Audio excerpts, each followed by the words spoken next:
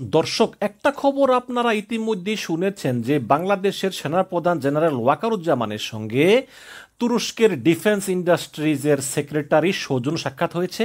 তো তার নাম হচ্ছে প্রফেসর খুলনা গুরগান। তিনি আজ সেনা সদরে সেনাপ্রধানের সঙ্গে সাক্ষাৎ করেন এবং সাক্ষাৎকালে পারস্পরিক কৌশলগত বিনিময়ের পাশাপাশি দুই দেশের মধ্যে বিদ্যমান প্রতিরক্ষা সহযোগিতা আরও জোরদার করার বিষয়ে আলোচনা করেন।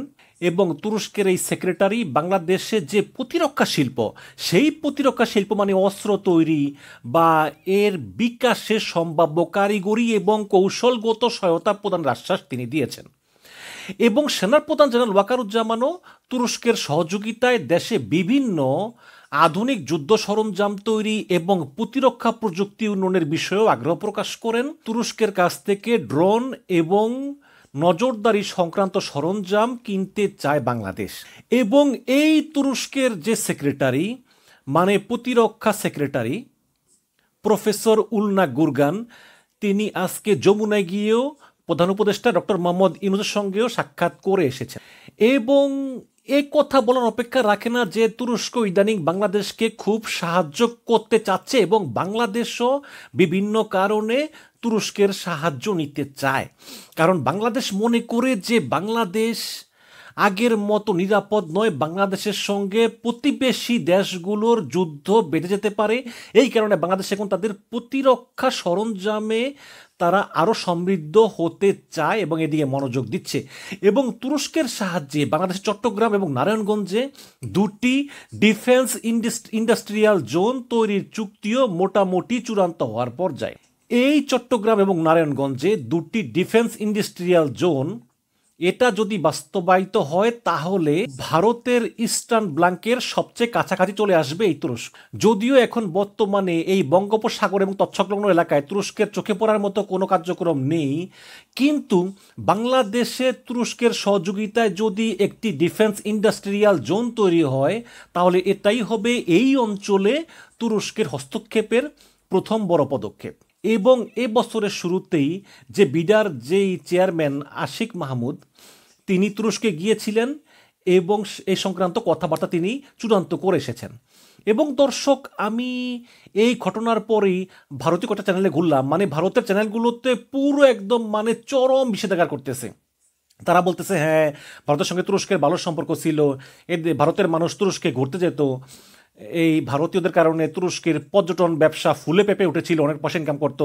অথচ তুরস্ক তাদের পর্যটন শিল্প থেকে মোট যা ইনকাম করে তার মনে হয় 0.1%ও ভারতীয় পর্যটক থেকে আয় করে না।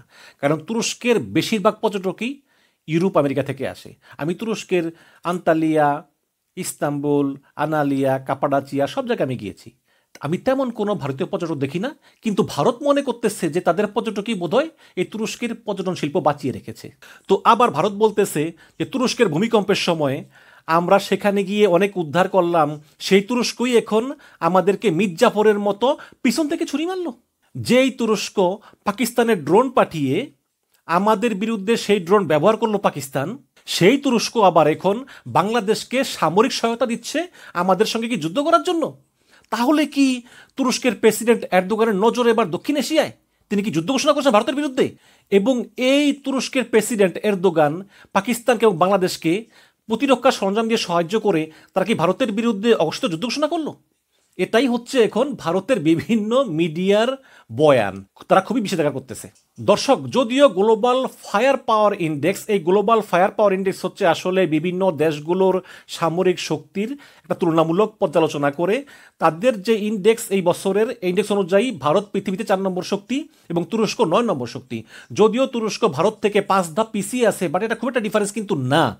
এই কারণেই মানে ভারতের চিন্তা, এবং ভারতের চিন্তার আরো কারণ, সেটা হচ্ছে যে ভারতের অনেকের মতে যে বাংলাদেশে জামাতের মতো, মানে ভারতের মতে জামাতের মতো সংগঠনকে তুরস্ক নাকি সরাসরি খোলামেলা সমর্থন করে। ভারতীয় গোয়েন্দা সংস্থা রয়ের মতে যে ঢাকায় জামাত ইসলামের যে মগবাজারের যে কার্যালয়টা আছে, সেই কার্যালয় সংস্কার নাকি তুরস্ক প্রচুর অর্থ দিচ্ছে। এমনকি সম্প্রতি নাকি জামাত ইসলামের কয়েকজন নেতা গোপনে তুরস্কের অস্ত্র কারখানাতে গিয়ে গোপন সফর করে এসেছেন।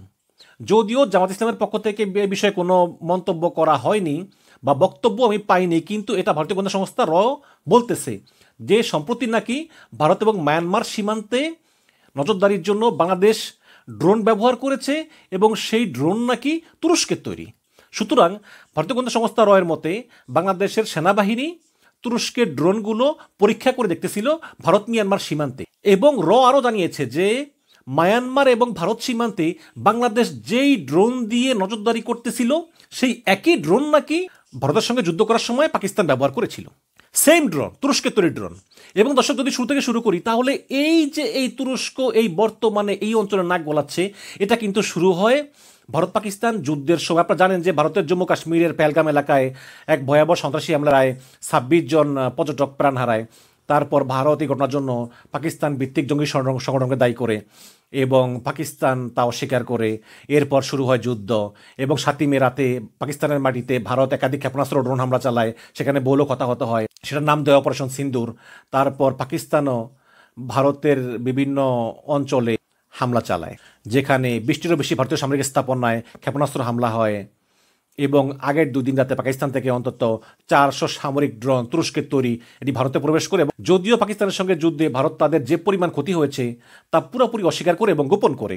আপনারা জানেন যে ভারতের রাফায়েল যুদ্ধবিমান সহ বেশ কয়েকজন পাইলটের মৃত্যু হয়, যুদ্ধবিমান বিধ্বস্ত হয়, এবং ভারত সরকার গোপনে বর্তমানে 100রও বেশি নিহত সেনাবাহিনী সদস্যকে মরণোত্তর সম্মাননা সিদ্ধান্ত নিয়েছে বলে জানানো হয়। এবং খুব গোপনীয়তার মাধ্যমে এদেরকে এই সম্মাননা দেওয়া হবে এবং তাদের পরিবারকে বলা হয় যে এই যে তোমাদের পরিবারের সেনা সদস্য পাকিস্তানের সঙ্গে যুদ্ধে নিহত হয়েছে এবং আমরা মরণোত্তর সম্মাননা দিচ্ছি, এটা তোমরা ফেসবুকে পোস্ট করবে না, তোমরা গোপন রাখবে, পোস্ট করলে মানুষ জেনে যাবে। এবং আভ্যন্তরীণ চাপের মুখেই কিন্তু এই পদক্ষেপ ভারত নিয়েছে, কারণ পাকিস্তানের সঙ্গে যুদ্ধে ভারতের যে বিপুল পরিমাণ ক্ষতি হয়েছে এটা ভারতের জনগণ জানুক, এটা তা ভারত সরকার চায় না, এই কারণে তারা গোপন রাখতে চায়। এবং যাদেরকে এই মরণোত্তর সম্মাননা দেওয়া হবে তাদের মধ্যে 4 জন পাইলটই রয়েছেন সেই ফ্রান্সের তৈরি সেই রাফেল বিমানের পাইলট ছিলেন, যারা ওই রাফেল বিমানে করে গিয়ে পাকিস্তানকে আক্রমণ করতে চেয়েছিল, কিন্তু তাদের মৃত্যু হয়েছে। এবং আরও জানা যায় যে পাকিস্তানের সঙ্গে যুদ্ধে ভারতের প্রায় 250 জনের মতো সেনা নিহত হয়েছে, যদিও এরপরে ডোনাল্ড ট্রাম্পের মধ্যস্থতায় বর্তমান পাকিস্তানের মধ্যে যুদ্ধবিরতি হয়। কিন্তু সমস্যা হচ্ছে যে এই পাকিস্তান এবং ভারত যখন যুদ্ধ চলতেছিল তখন বাংলাদেশ সহ বিশ্বের প্রায় সব দেশই নিরপেক্ষ ভূমিকা পালন করলেও সেই সময় তুরস্ক এবং ইসরায়েল কিন্তু নিজেদের ইচ্ছা মতো পক্ষ অবলম্বন করে। যেমন ইসরায়েল ভারতের পক্ষ অবলম্বন করেছিল এবং তুরস্ক সরাসরি পাকিস্তানের পক্ষ অবলম্বন করেছিল। এবং ওই যুদ্ধকালীন সময়ে তুরস্কের বিমান বাহিনীর একটি C-130 বিমান পাকিস্তানে অবতরণ করেছে এবং তুরস্কের একটি যুদ্ধজাহাজ সরাসরি পাকিস্তানের করাচি সমুদ্র বন্দরে নোঙ্গর করেছে, যা তুরস্ক বলেছে যে পাকিস্তানকে আমরা বন্ধু নিদর্শন হিসেবে পাঠিয়েছি। কিন্তু ওই জাহাজে কি ছিল তা এখন পর্যন্ত জানা যায়নি এবং এরপর থেকেই ভারতের সঙ্গে তুরস্কের সম্পর্ক খারাপ হওয়া শুরু করে। এবং ভারত যে তুরস্ককে পছন্দ করে না এতেই বোঝা যায় যে নরেন্দ্র মোদী প্রধানমন্ত্রী হওয়ার পর থেকে এখন পর্যন্ত তিনি একবারও তুরস্ক সফর করেননি। এবং প্রশ্ন হচ্ছে যে তুরস্ক হঠাৎ করে কেন এই বাংলাদেশ এবং পাকিস্তানকে সামরিক সহায়তা করতেছে। দর্শক, পাকিস্তানের সঙ্গে তুরস্কের একটা মতাদর্শিক একটা সম্পর্ক রয়েছে। তাছাড়া সেনা যুদ্ধের সময় থেকে কিন্তু তুরস্ক এবং পাকিস্তান আমেরিকা ঘনিষ্ঠ মিত্র ছিল। তাছাড়া নিরাপত্তা বিষয়েও কিন্তু তাদের অনেক গভীর বন্ধুত্ব রয়েছে এবং পাকিস্তানের অনেক জেনারেলের সঙ্গে তুরস্কের ব্যক্তিগত সম্পর্ক রয়েছে। এবং বাংলাদেশের সঙ্গে তুরস্কের বর্তমান সম্পর্ক বিস্তার লাভ করেছে মূলত শেখ হাসিনা ভারতে পালিয়ে যাওয়ার পর থেকে। বাংলাদেশের বর্তমান ইউনূস সরকার মনে করেন যে যদি বাংলাদেশ কারো কাছ থেকে আক্রমণের শিকার হয় সেটা হওয়ার সম্ভাবনা বেশি আছে ভারত থেকে এবং মিয়ানমার থেকে। এই কারণে ইউনূস সরকার মনে করে যে এই কারণে বাংলাদেশের সামরিকভাবে আরও সমৃদ্ধশালী হওয়ার প্রয়োজন আছে এবং এই পদক্ষেপ হিসাবে তুরস্কের কাছ থেকে তারা সহায়তা চেয়েছে এবং তুরস্ক একটি মুসলিম দেশ হিসাবে বাংলাদেশকে সেই সহায়তা দিয়ে যাচ্ছে। আর যার অংশ হিসাবেই এই তুরস্কের প্রতিরক্ষামন্ত্রী এই বাংলাদেশ সফরে এসেছেন। এবং আরেকটা বিষয় হচ্ছে যে পাকিস্তানকে সরাসরি সমর্থন করার কারণে ভারত প্রকাশ্যে তুরস্কের বিরুদ্ধে শত্রুতা দেখাচ্ছে এবং অনেক ভারতীয়রা প্রকাশ্যে তুরস্কের বিভিন্ন পণ্য বয়কটের ডাক দিয়েছে এবং তুরস্কের চকলেট, কফি, জ্যাম, প্রসাধনী থেকে শুরু করে পোশাক পর্যন্ত বয়কট করতেছে ভারতীয়রা। এমনকি ভারতের একটি বিমানবন্দরে তুরস্কের একটি কোম্পানি তারা গ্রাউন্ড হ্যান্ডেলিং করত এবং সেই কোম্পানিটাকেও চুক্তি থেকে বাদ দিয়েছে ভারত। সুতরাং এরপর থেকে তুরস্ক সিদ্ধান্ত নেয় যে যেহেতু ভারত আমাদের শত্রু হয়ে গিয়েছেই, কাজে অঞ্চলে আমরা প্রভাব বিস্তার করব এবং প্রভাব বিস্তার করে বাংলাদেশকে এবং পাকিস্তানকে আমরা সামরিক সহায়তা দিব এবং এর মাধ্যমে প্রভাব বিস্তার করব। দর্শক, আপনারা জানেন যে তুরস্ক কিন্তু বর্তমানে বিশ্বের অন্যতম একটা পরাশক্তি উঠতেছে। তুরস্ক তার বিস্ময়কর সামরিক সক্ষমতার বিষয়ে প্রকাশ করে যাচ্ছে। 2025 সাল নাগাদ, মানে এই বছরের শেষ নাগাদ, তুরস্ক একযোগে 31টি যুদ্ধজাহাজ তৈরি করতেছে, যার মধ্যে রয়েছে একটি এয়ারক্রাফট ক্যারিয়ার, একটা ডেস্ট্রয়ার, 7টা ফ্রিগেট, 2টা গরবেট এবং 7টা সাবমেরিন।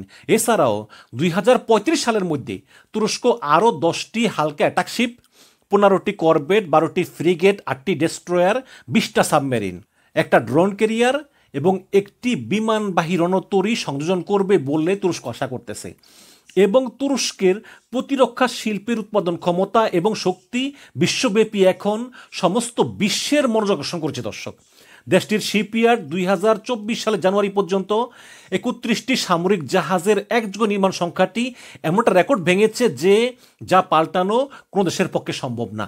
এবং তুরস্কের শিপইয়ার্ড আগে থেকেই পর্তুগাল, ইউক্রেন, মালয়েশিয়া, নাইজেরিয়া, পাকিস্তানের জন্য জাহাজ এবং নৌবাহিনীর প্রয়োজনের জন্য একটা প্ল্যাটফর্ম তৈরি করে ওইসব দেশগুলোকে সাহায্য করতেছে। তবে এই ঘটনায় কিন্তু সত্যি ভারত খুবই চিন্তিত এবং চরম উদ্বেগ প্রকাশ করছে। তুরস্ক যেভাবে পাকিস্তান এবং বাংলাদেশকে একটা উন্নত মানের প্রতিরক্ষা সামগ্রী, ক্ষেপণাস্ত্র, আমি কদিন একটা ভিডিও বানিয়েছিলাম যে কিভাবে তুরস্ক বাংলাদেশে ক্ষেপণাস্ত্র দিয়েছে এবং বাংলাদেশে ক্ষেপণাস্ত্রের পরীক্ষা সফলভাবে চালিয়েছে। নতুন করে আবার তুরস্ক বাংলাদেশকে ড্রোন এবং নজরদারি সরঞ্জাম দিচ্ছে এবং চট্টগ্রাম এবং নারায়ণগঞ্জে একটি ডিফেন্স ইন্ডাস্ট্রিয়াল জোন তৈরি করতেছে, যেটা নিয়ে ভারত সরকার খুবই চিন্তিত হয়ে পড়েছে। এবং তুরস্ক বাংলাদেশকে যে শক্তিশালী উন্নত মানের ড্রোন দিয়েছে, সেই ড্রোন দিয়ে বাংলাদেশ নিয়মিত ভারতীয় সীমান্তে এবং মিয়ানমার সীমান্তে নজরদারি চালিয়ে যাচ্ছে। এতে ভারত আরও আতঙ্কিত হয়ে পড়েছে। এবং তুরস্কের কাছ থেকে বাংলাদেশ কী ধরনের সামরিক সহায়তা নিতে পারে এগুলোর সমন্বয় করতেছেন আমাদের সেনাপ্রধান জেনারেল ওয়াকারুজ্জামান। এখন স্বভাবতই খেলা জমে উঠেছে এবং ভারতও খুবই আতঙ্কিত। এখন দেখা যাক ভারত কী পাল্টা পদক্ষেপ নেয়। ধন্যবাদ।